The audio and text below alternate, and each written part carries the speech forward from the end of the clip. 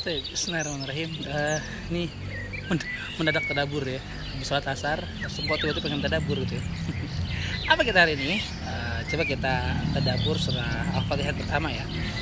Maju mendadak nih ya, seadanya ya. Kayak Bismillahirrahmanirrahim, dengan nama Allah yang Maha Pengasih lagi Maha Penyayang. Coba bayangin deh, kita mau nulis surat penting ya, bukan buat ke mantan ya. Jadi ini lebih penting gitu. Surat buat seseorang yang sangat kita hormatin banget gitu, yang kita cintain, bahkan yang bisa menentukan masa depan kita. Kira-kira kita bakal nulis gitu aja apa benar-benar dipikirin deh? Pasti enggak ya, pasti kita pilih kata-kata yang terbaik ya, kalimat pembuka yang lembut ya, penuh hormat, takzim gitu ya, dan penuh harap ya, plus deg-degan dikit lah gitu ya. Nah, begitu juga Allah mengajarkan kita membuka Al-Fatihah ya, Bismillahirrahmanirrahim gitu. Jadi apa ya, bukan sekedar membuka formalitas kayak yang terhormat Bapak Ibu gitu ya di saat lamaran kerja gitu, tapi ini semacam apa ya, reminder halus ya, bahwa kita tuh memulai ini bukan sendirian, tapi bareng Allah. Dan bukan Allah yang biasa-biasa, tapi Allah yang Maha Pengasih, Maha Penyayang gitu. Yang bahkan ketika kita sedang males ya, dia tetap sabar nungguin ya. Buya Hamka pernah bilang ya, kalau nggak salah nih, menyebut nama Allah itu bukan hanya soal ucapan gitu ya, tapi soal kehadiran, menghadirkan Allah dalam langkah kita, bukan kayak nandain temen di foto ya, di tag gitu ya biar dia tahu, tapi ini benar-benar menggantungkan diri kita sepenuhnya. Karena ya jujur aja ya, kita ini apa sih tanpa izinnya gitu, gigi aja bisa sakit ya, cuma karena apa ya, keripik atau biji nangka, apalagi hidup gitu ya. Jadi secara ilmiah nih gaya banget ya, tindakan yang dilakukan dengan apa, dia itu penuh kesadaran ya, dengan niat yang kuat akan jauh lebih terarah katanya. Nah, Bismillah itu semacam kayak tombol start ya, start spiritual ini. Tapi bukan tombol biasa, ini tombol yang nyambung ke server pusat ya di langit. Sekali tekan ya, alias sekali ucap, kita sedang bilang ke alam semesta itu, aku nggak sendirian gitu ya, aku bareng sang pemilik segala. Ajib ya. Bismillah itu kayak ini, kayak wifi-nya hati gitu. Kalau nyambung ya semua aplikasi hidup ya jadi lancar. Nah kalau enggak ya buffering deh. Nah, Ar-Rahman dan Ar-Rahim. Ar-Rahman tuh kasih universal dan Ar-Rahim tuh kasih personal. Ar-Rahman itu cinta yang universal.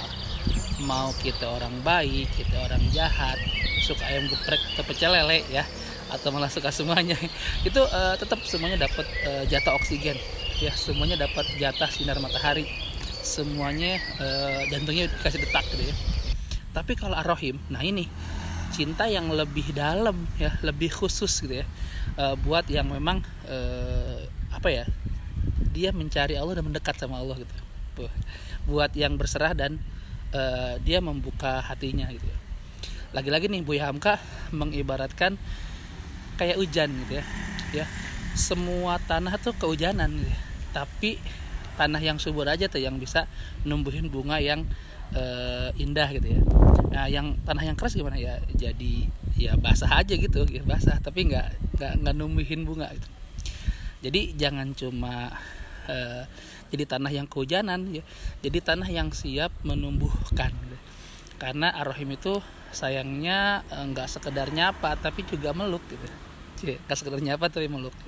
Nah kalimat Bismillahirrahmanirrahim itu kayak apa ya, kan hidup itu kadang terlalu cepat gitu ya, kita bangun terus langsung scroll HP gitu ya, makan ya, kerja, ngobrol ya, warawiri, kadang-kadang marah, posting status ya, semua serba buru-buru.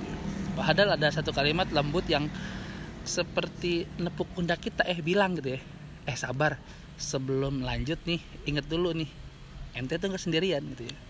Nah Bismillahirrahmanirrahim tuh kayak seseorang yang menarik kita dari kebisingan dunia dan ngebisikin ketenangan gitu ya, tenang, Allah bersama langkah kita nih. Bahkan saat kita lupa arah ya, Allah tetap jadi petunjuk jalan. Yang jadi berat begini ya. Tapi yang gini, ada mungkin ada 3 ya insight sekaligus amalan yang ringan tapi kayaknya dalam deh gitu ya.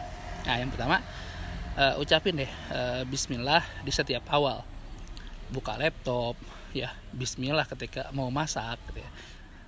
Bismillah ketika buka chat dari orang yang suka bikin deg-degan gitu ya. Ya, tetap bismillah gitu. Ucapkan dengan sadar, biar hidup kita tuh nggak cuma jalan tapi juga berpahala gitu ya. Besoknya bismillah gitu ya. Yang kedua, percayalah bahwa Allah itu punya kasih yang nyata, real gitu ya. Bahkan kalau kita ngerasa sepi ya, nggak kelihatan atau gagal total, ya tetap aja kasih Allah tetap menyelimuti kita ya. Kayak sinyal 5G sekarang ya, yang tetap ada meski kita lagi di kamar mandi gitu ya. Tetap ada tuh sinyal dapat ya. Nah, yang ketiga, yuk kita coba latih hati kita untuk tanya, apakah ini layak dimulai dengan bismillah gitu ya. Mau marah, mau posting atau mau ngomong, tanyain dulu nih kalau yang dimulai dengan bismillah masih pantas nggak ya gitu. Kalau enggak ya mungkin mending dibatalin aja gitu ya. Ya pokoknya pantas gak sih kalau pakai bismillah gitu. Oh, nggak mungkin nih kita mabuk terus tiba-tiba bismillah mabuk gitu kan, aneh ya. Nah, jadi membaca bismillahirrahmanirrahim itu kayak kita buka pintu hati terus kita bilang, ya Allah, aku tahu nih, saya tahu nih hari ini